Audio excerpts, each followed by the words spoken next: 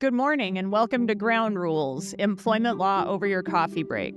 My name's Pam Howland and I'm here with Jennifer Walrath and Doug Plass of Idaho Employment Lawyers. And we're here today talking about some EEOC trends we're seeing. And we're going to be talking specifically about trends we're seeing in regard to workplace investigations. So before we jump in, let's talk a little bit about generally what the EEOC is and why the trends we see from them matter. So the EEOC is the Equal Employment Opportunity Commission, and it is essentially the federal agency that oversees how our anti-discrimination laws are implemented. It's really the ultimate enforcement agency when it comes to laws like Title VII, the Americans with Disabilities Act, and another of our other employment law statutes that employers of all sizes really, as long as you have a minimal number of employees, which is a fairly low threshold, need to be complying with. So we track what the EEOC does, because to a certain extent, the EEOC is always digging a little deeper on what those statutes mean and how employers should comply with them. They're the line of first defense when an employee wants to bring a claim against an employer. They have to first bring it through an administrative agency, and it can be the EEOC, or it might be a state agency. So we're in Idaho. We have an Idaho Human Rights Commission. Employees here, if they want to bring a claim against their employer, they bring it through either the Idaho Human Rights Commission or in some cases the EEOC. But we know that those two agencies partner, and really it's going to likely have a similar effect regardless of which agency it's brought to. So we track different media releases from the EEOC. We track what the EEOC's priorities are. And that's what we want to bring to this podcast on a monthly basis or so, is input about different trends we're seeing from the EEOC. You can follow these trends because you can get on the EEOC's email list. They have an update list, and they send out their press releases so you too can stay on top of these trends and see what type of cases, what type of issues the EEOC has prioritized. So one thing that's caught our attention over the past couple of months is an increase in cases from the EEOC that makes specific reference to an employer's failure to adequately investigate a complaint. And that's what we want to talk to you about today.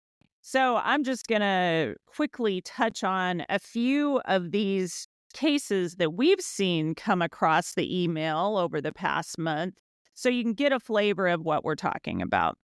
So January 15th, 2025, there was a press release from the EEOC regarding a Wyoming trucking company called Waller's Trucking Company that ultimately involved a $124,000 settlement between the EEOC and the trucking company because of a sexual harassment complaint. What got our attention is that there's language in that press release that says Waller's failed to take action to stop the harassment and continued to foster a hostile work environment despite multiple complaints and reports of harassment. There was also, earlier this month, on January 6, 2025, a United Airlines case. So Waller's is a small, presumably privately owned company, but the big corporate entities are not immune from this either. So there was a United Airlines case discussing racial discrimination, and it called out how United had delayed investigating complaints even though the employee had made an internal complaint, including claims of physical violence. So we've got a couple of January press releases really calling out this failure to investigate. Back in November, There was a case against another airline, SkyWest Airlines, another sex discrimination case. There's language in that press release that says the employee reported the sexual harassment to her supervisor, who did nothing in response to her complaint. When the employee reported the sexual harassment to the employee relations department, the employee relations manager did not interview many employees identified as witnesses, and the person doing the investigation failed to ask obvious follow-up questions. So that case, digging a little deeper on how the employer failed to adequately investigate the complaint. Another press release from December 10th, 2024, involving Wireless World, a former cellular phone retailer, doing business as Expert's Choice, that involves sexual harassment. It indicates that the company failed to act on reports of the harassment and permitted the sales manager who was accused of harassment to continue working with the employee, even though she had filed a criminal complaint against that manager. So that just gives you a little flavor for the type of language we're seeing from the EEOC. And so I'm going to pause a minute and let Doug and Jennifer jump in and see if they want to add anything on to kind of the overall EEOC role and why we're tracking it and how this type of information is meaningful to them. Well, I guess I can weigh in a little bit. As you were talking, I was just thinking about really the whole point is to show that you as an employer take seriously when your employees complain about something like harassment. These happen to have been claims of sexual harassment, but really any kind of harassment allegedly based on a protected class status. In some cases, it may even be worth looking into even a claim of bullying or something that superficially doesn't look like it's protected class status, but, if you go and look into the issue, could end up being something like that. But that really, there are different ways you can do this, but the overarching point to just really keep in mind is if I'm an outsider looking in at what my company or organization has done, did I take seriously the complaint that was brought forward? Did we do a thorough investigation? And did we take appropriate action based on what the investigation yielded? And the only other thing I was thinking about as Pam was talking was some of these press releases suggest that there was something done, but it maybe wasn't enough. It just wasn't robust enough to give that impression that it was taken seriously. So one thing to do, thinking about the optics of who's doing the investigation, right? Sometimes you can do them internally, but you really need someone doing them who knows how to do them, doesn't have any actual or perceived bias in the outcome of the investigation. And sometimes it's going to require hiring someone from the outside to come in to investigate. That generally is always the best way to show that you're taking things seriously. You have an independent, unbiased third party coming in, asking the right questions of the right people, getting the right documents, and coming to a reliable conclusion. And we do that sometimes ourselves as lawyers. And sometimes we are the ones who are recommending those investigations happen. So we do it frequently, but it is something that often gets overlooked or just not done quite as well as expected by the EEOC. And I think that's particularly true in a couple of the examples that Pam mentioned involved an owner or a manager or supervisor who was accused of harassment. I think businesses generally tend to do a better job when it's coworker on coworker and they can kind of, get all sides of the story, but don't know what to do in that situation as well. So, and especially when it's the owner of the company. And my goodness, you're either going to have them investigated by a subordinate or have them write a check to bring somebody else in to do the investigation. So it does create a difficult situation. But according to the EEOC, it doesn't matter. I mean, the business has to do whatever they can to fully investigate the complaint, and that means getting all sides of the story, interviewing as many people as necessary, and then responding to that. And that might mean in cases where you don't even have a definitive answer as to whether or not something happened, still taking steps to monitor and make sure that whatever problem was identified doesn't recur, and that the person who is accused maybe doesn't have quite as much free rein to supervise these employees that they've been accused of harassing. And we know that an employer has a duty, I mean, just from a very basic proposition, to keep their employees safe. I mean, some of these cases that I was just citing from talk about safety issues. Some of them involved assault, and that's always going to be even more important than ever if someone's safety is at issue, to investigate it and make sure employees are safe. But even for claims of harassment, like Jennifer said, sometimes even disrespect and bullying, if there's an issue as to whether people feel safe in the workplace, always, always, always err on the side of conducting some type of investigation. We saw that the EEOC came out with harassment guidance in the spring of 2024, almost a year ago, the first time we'd seen any guidance in about a little over 20 years. And it talks about the importance of investigations. And sometimes employers will ask us, well, what does an investigation really need to look like? We conduct investigations sometimes. And like Doug said, sometimes we're called in to help oversee when someone else is doing an investigation. There are a lot of ways that an investigation can be done, but according to this EEOC, above all else, what needs to happen is some type of process where the truth is uncovered, right? I mean, it could be a number of witness interviews, but it really is some type of process where the truthfulness of the allegations that is revealed by gathering facts, talking to people, and looking at all the evidence. Timeliness is another issue that's called out in that 2024 guidance, and that is very interesting. We've always known that if an employer wants to take advantage of certain defenses that might be available, they need to show they investigated promptly and thoroughly. The EEOC gives a little guidance on just what that means in the 2024 harassment guidance, and it talks about an employer investigating as soon as 24 hours from when a complaint comes in.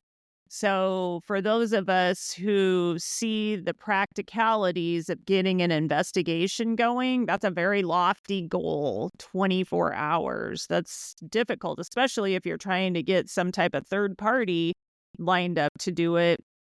But any way you cut it, promptness is a big deal. What you don't want are your supervisors getting a complaint, sitting on it, thinking about it, stewing about it. Do I really need to do anything with this? Or maybe the person who brought the complaint said, I don't really want you to take it anywhere. I just want you to know. Sometimes supervisors get hung up on whether they should take it to the next level or not. But that making sure your supervisors know what to do when a report comes in and how key prompt response is a really big deal with this. I think that guidance also says that sitting on it for 2 weeks would be an example of something that is not acting quickly enough. So I'm going to turn it over to Doug and Jennifer again, talk to that if you want, or what type of mistakes you guys see in investigations being conducted in the workplace. So one thing that in the EEOC guidance is that they said 1 day is fast. That's plenty fast. They say 2 months, that's way too long. But another thing that they say is that kind of the quickness with which the response has to be made and the investigation has to be initiated depends on the nature and severity of the alleged harassment. So, If you have something that involves maybe one or two passing comments, maybe you don't have to deal with that one right away. But if there's something more serious, especially involving like some of these involving some assault or something like that, obviously you got to get right on it, and get something started up. And then, so there was an example. Yeah, so that example that they had was that when there was allegations of physical touching, 2 weeks was way, way too long. Yeah. And I would just pipe up. I mean, we know from conducting these and our role there, very difficult to get interviews lined up, to get a report written. That is a tall order to get something reported and completed within that time period. Yeah, and I was going to kind of switch gears a little bit to some of the things that we see frequently where missteps are made. And I think what goes hand in hand with that are some pretty simple things that employers can do to try to avoid getting in the situation where something's happening and they don't have knowledge of it to deal with it or don't deal with it in a way that makes sense. So I think one thing really is having very clear reporting protocols in your handbook, right? Sometimes when supervisors and most often supervisors are the ones who are getting these complaints. They do sometimes come into HR, but supervisors interact with their employees probably the most, and are best situated to find out about these things in the first instance. And so supervisors understanding when and how issues need to be escalated and shared with HR is very important. That's partly policies, but it's also partly training. So I think the second thing really is making sure that your supervisors get regular training. And this is in addition to sort of your annual or semi-annual, harassment and discrimination training for your entire workforce. Supervisors really need to know more, understand more about their obligations, both so they can model good behavior in the workplace, but also so they know what to do when they notice something or get a report from an employee of alleged harassment or other behavior that could be problematic under policies or the law. And the final thing I would note, there's probably more than three things, but a tendency toward dismissiveness can come up. And maybe not even because someone is intending to be dismissive of a complaint, but if you have an employee who frequently raises issues and is perceived as the squeaky wheel, so to speak, or maybe it's a bit of the frog in the pot boiling, right? If you've been in a workplace where certain conduct just historically has been allowed and has become part of the culture, sometimes it's easy to be overly dismissive of things that get raised and they don't get addressed properly.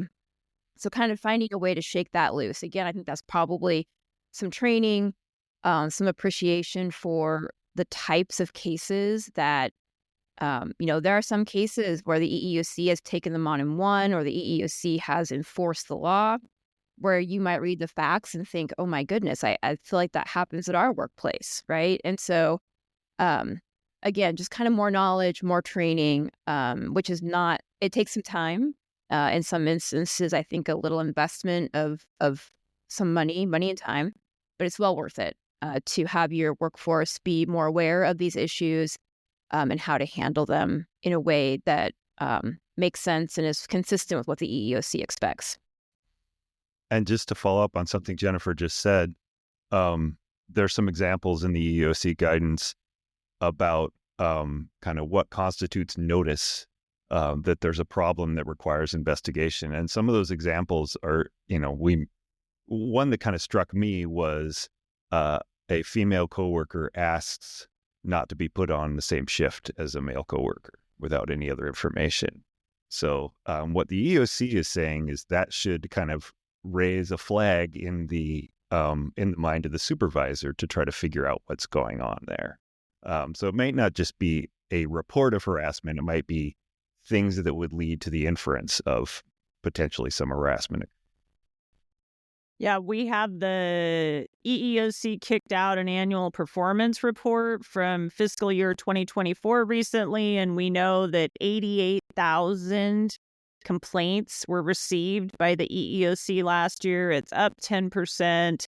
I mean, realistically, almost every one of those, if not every one of those, should have been investigated in some form. And what we know from our litigation work is that a well-done investigation can, in some cases, be a defense to harassment or discrimination. And it certainly shows that an employer took it seriously and did what they needed to do under the law. So I guess if I would say if there's one shortfall I see in the employers we work with, it's really taking that investigation obligation serious enough and making sure it's documented in a well-crafted, written investigative report. I can't tell you how many times we've had clients say, well, sure, we investigated. We picked up the phone, we made a few calls, never really got around to putting it in writing and never really asked the accused point blank if they had done it or not. But we did in our own way investigate it. From our perspective, that's not good enough. There definitely needs to be a written report. And I guess my other big, takeaway for employers is if you don't have anyone internally trained on conducting a workplace investigation, then don't just, fake your way through it. Get someone who knows how to conduct one of these because there is a right and a wrong way to do it. And you need someone trained on how to do it. Whether it's an HR consultant, whether it's an employment lawyer, there are options out there to get the job done. So I'm just going to wrap up by saying if you need training, training is available out there. Again, check out the EEOC email and guidance. The EEOC has training on this. Like I've recently seen that come across on that email. That's one way. We have training on this. We have Law for Leaders. We have virtual training. We have a book that just came out. There's a chapter that talks about investigations in that. There are a lot of resources out there.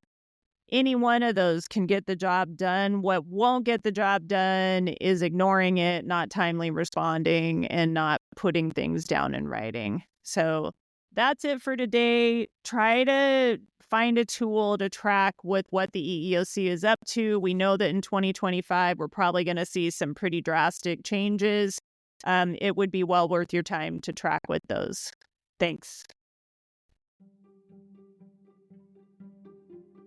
Ground Rules hosts and guests are not providing legal advice in this podcast. Do not act upon any of the information discussed in this podcast without first consulting a licensed attorney in your jurisdiction.